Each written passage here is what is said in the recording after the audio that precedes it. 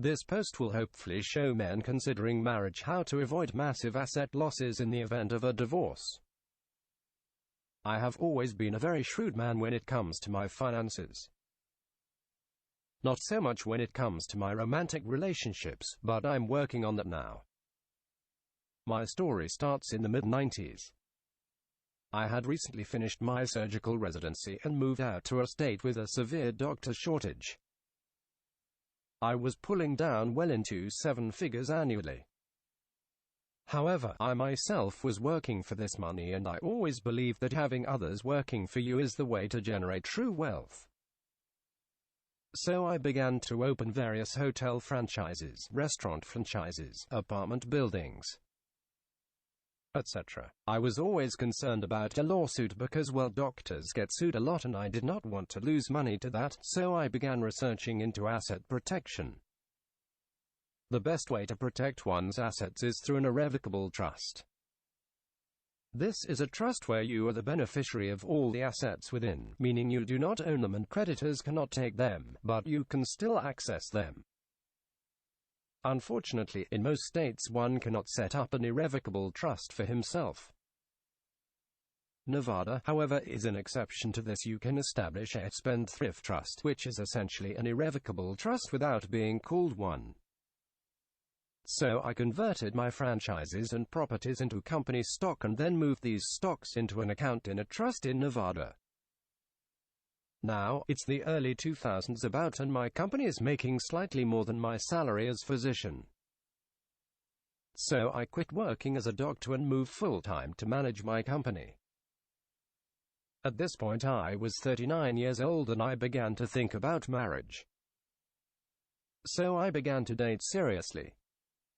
At the time, I had courtside tickets to the NBA team in my city, so I ended asking out one of the team cheerleaders. She's a total 10 out of 10 bombshell. I thought I was very lucky at the time, as she was the most beautiful woman I had ever been with. In retrospect, she was clearly a slut and I beat her bucks. She gave birth to our first child 2003 and we got married in 2003 before she gave birth. However, before our wedding and before even setting the date, I had seen my parents divorce, my brother get divorced, and several friends, so I was wary. I consulted an attorney and we drew up a prenup. At this time I was already very wealthy, especially after investing prudently after the dot-com bubble popped. I had a net worth in the mid-8 figures and profits were well into the 7 figures. Most of it was already protected in my Nevada trust. The prenup stipulated that she would get $250,000 for every child and $100,000 for each year of marriage. She was only making $30K a year, so I was being generous. The prenup was signed before we even set the date, and we both has separate representation. Also, the signing was videotaped with a retired judge mediating, so it was clear there was no coercion. My paranoia ended up paying off later on. Fast forward several years, it is 2009 and we have one more kid born in 2004.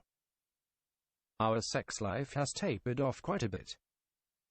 It is not nearly dead bedroom, but it is only duty sex twice a month. She often would use sex to manipulate me. I had become quite depressed. I had put on a lot of weight due to stress. I had lost about half my net worth in the recession, and to see all that vanish after years of work was awful. To compound this, I find out that my wife has been cheating on me. Guy, I believe his kids were several years older than mine at the school they went to. I thought about what to do. My girls were my main concern and I didn't want to risk losing them at such a young age. I was also worried about confronting my wife. I was angry at my wife, the world, her affair partner. I had done everything I was supposed to do and I was losing a lot of money and my wife was cheating on me. I have always been a vindictive sob, so I plotted my way out of the situation. Most of my anger was directed to the dude.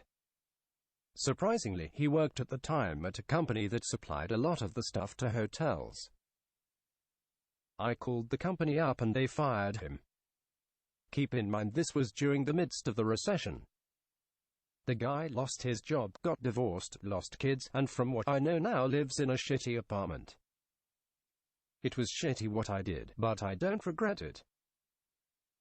As far as I know, my wife didn't cheat on me after things ended with the other man. This was a wake-up call for me. I started to spend a lot more time with my girls and my relationship with my wife actually improved. However, I knew that long-term I could not stay with someone who had cheated on me. So I began to prepare myself financially and emotionally for the divorce. Our house was very expensive and we had joint ownership over it, so I was afraid of losing it in a divorce. So I took out 2 mortgages on it and began to put as many of our expenses as possible into credit card debt. My businesses had returned to profitability. I could have taken a much larger salary than I did.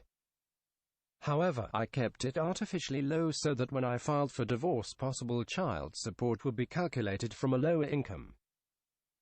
Fast forward to 2015.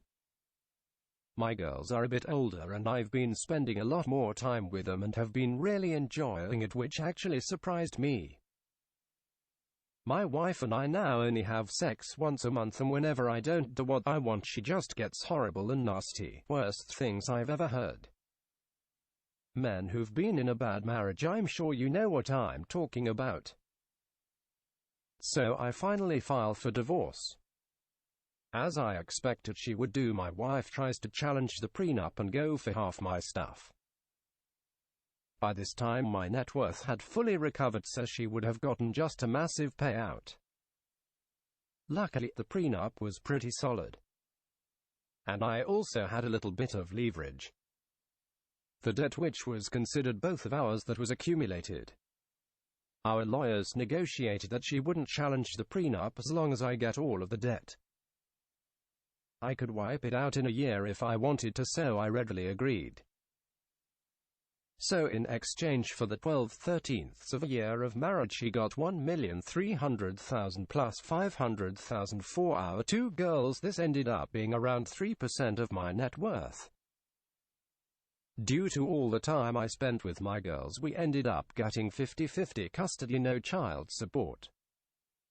Fast forward to today. I end up having my girls most of the time as the mother is off slutting, partying around. I think she felt she ended her youth too early. Our daughters have lost respect for her, which in truth does hurt because I will always feel something for the mother. Luckily though, I have a long-term girlfriend who sets a fine example for my daughters. After my divorce I started lifting and I am truly the captain now, sad to say. I anticipate having to pay my wife in the future though to stay until my girls are 18, because she has almost already gone through the settlement from what I have heard. Takeaways. Spend a lot of time with your kids. 1. You'll love it. 2. It'll help you in custody battles. Obviously get a prenup. 1. Have it signed before the date is set. 2. Separate lawyers. 3.